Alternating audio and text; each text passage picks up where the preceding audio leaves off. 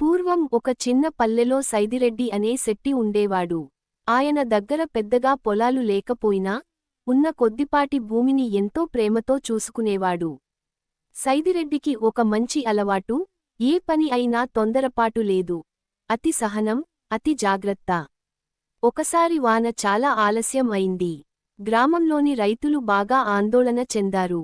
ఇప్పుడే విత్తనం వేసినా మొలక రాదు అని అందరూ నిరాశగా మాట్లాడుకున్నారు. కానీ సైదిరెడ్డి మాత్రం, మన పని మనం చేయాలి, ఫలితం భగవంతుడు ఇస్తాడు అని చెప్పి తన పొలం దున్నుకోవడం మొదలుపెట్టాడు. గ్రామస్థులు నవ్వుకున్నారు కూడా, ఏం లాభం పడుతుంది, వాన పడదు అని. కొద్ది రోజులకే ఆకాశం ఒక్కసారిగా మబ్బులతో నిండిపోయింది. గాలి చల్లబడింది. ఒక్కసారిగా ధారాధారంగా వాన కురిసింది. గ్రామంలోని రైతులు అప్రమత్తమై విత్తనం వేసేందుకు పరుగులు పెట్టారు. కాని వారి పొలాలు అప్పుడే దున్నడం మొదలైంది కాబట్టి, దానిపైన నీరు నిలిచిపోయి విత్తనం చెడిపోయింది.